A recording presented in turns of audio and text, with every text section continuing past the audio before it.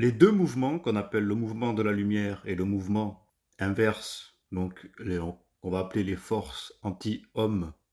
anti-évolution, ça fait partie du même esprit. Seulement, il y a l'esprit corrompu par la forme, qu'on appelle l'astral, l'esprit qui est corrompu par les conditions d'évolution animale, donc par les pulsions, par l'instinct, par ce qui est primaire, la bête, le diable. Le diable, c'est l'esprit, c'est la partie corrompue de l'esprit. Le diable, si on prend comme référence la Bible, le diable, c'est la partie corrompue de Dieu. Et ça a le même but, dans le sens que la partie non corrompue, donc qu'on appelle la lumière, veut faire descendre la volonté dans l'homme pour que l'homme remonte avec le matériel de la conscience, donc l'esprit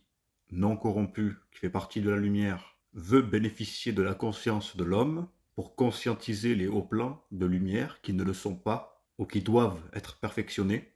Et la partie corrompue de ce qu'on appelle Dieu, de ce qu'on appelle la lumière, donc le diable, veut lui aussi s'approprier la conscience de l'homme, mais dans le sens inverse, c'est-à-dire qu'il va travailler à la densifier cette conscience, là où la partie non corrompue, donc Dieu,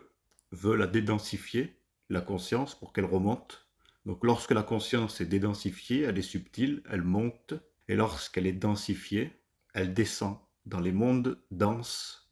dans les mondes primaires, animal. Donc le bien et le mal, ça n'existe pas, c'est la même chose. C'est simplement une contrepartie psychologique de ce qui se passe au niveau des énergies.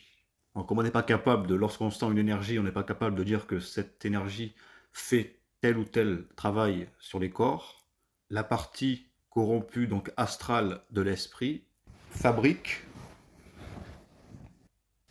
les symboles, fabriquent les pensées, les formes pensées, fabriquent le raisonnement pour que l'homme s'attache d'une façon qui est psychologique, d'une façon qui est émotionnelle, à ce que le diable donne à l'homme. Donc il veut nous garder,